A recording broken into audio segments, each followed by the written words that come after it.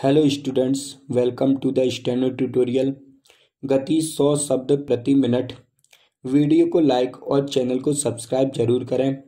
Bell icon दबाना ना भूलें, जिससे आगे आने वाली न्यू वीडियो का नोटिफिकेशन आपको जल्दी मिल सके। डिक्टेशन 5 सेकंड से स्टार्ट होगा। Yes, start. उपाध्यक्ष महोदय, इस नए 20 सूत्री कार्यक्रम में भी शिक्षा के ऊपर काफी जोर दिया गया है। मुझे विश्वास है कि उसको कानून का जामा भी पहनाया जाएगा। कानून का जामा अगर पहना दिया जाए तो उससे एक लाभ यह होगा कि 18 वर्ष तक के बच्चों को पढ़ाना ही पड़ेगा। उससे दूसरा लाभ यह होगा कि जो बच्चे छोटी उम्र के हैं उनको काम करने के लिए उनके परिवार के लोग मजबूर नहीं करेंगे। मैं आपसे एक और निवेदन इस संबंध में करना चाहता हूँ।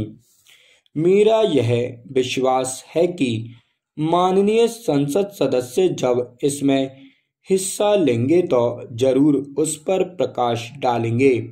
मैं निवेदन करना चाहता हूं कि आज देश में अलग रहने की भावना बढ़ती चली जा रही है। आज स्थानीय दल केंद्रीय दलों से अधिक मजबूत होते चले जा रहे हैं। आज भाषा को लेकर विरोध है।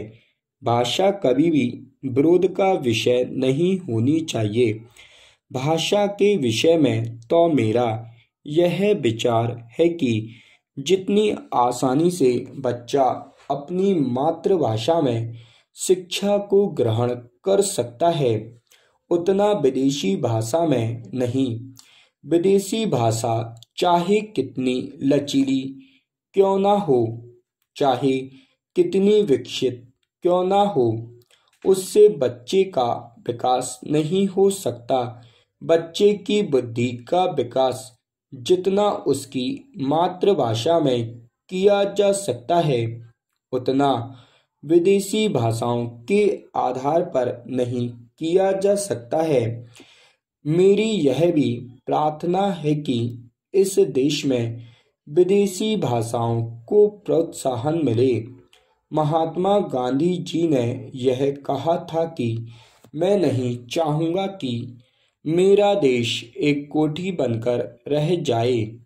महात्मा गांधी चाहते थे कि सभी प्रगतिशील राष्ट्रों के साथ मिलजुल कर हम चलें।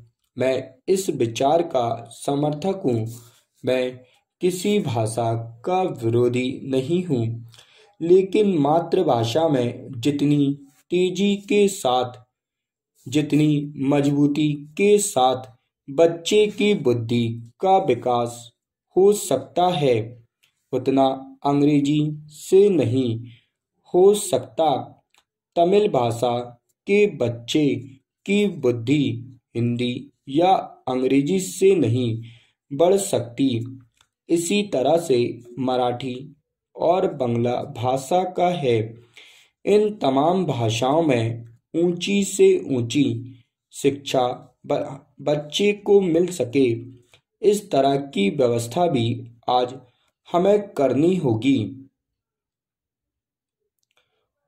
उपाध्यक्ष महोदय, मेरी यह मान्यता है कि जापान आज जापान नहीं बनता अगर वहाँ की शिक्षा जापानी भाषा में नहीं होती।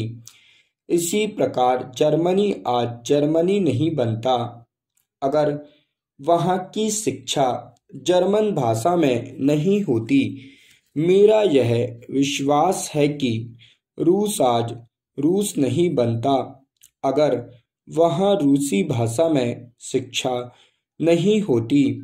इसी तरह से भारत में जब तक मातृभाषा ना हो तब तक भारत विकसित नहीं हो सकता।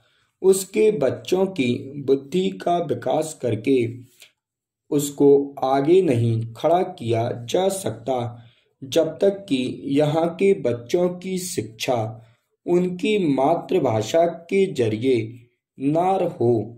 इसलिए जहां यह शिक्षा की प्रणाली 18 वर्ष के बच्चों को अनिवार्य हो, वहां यदि इसके लिए आवश्यकता पड़े तो संविधान में संशोधन करना चाहिए।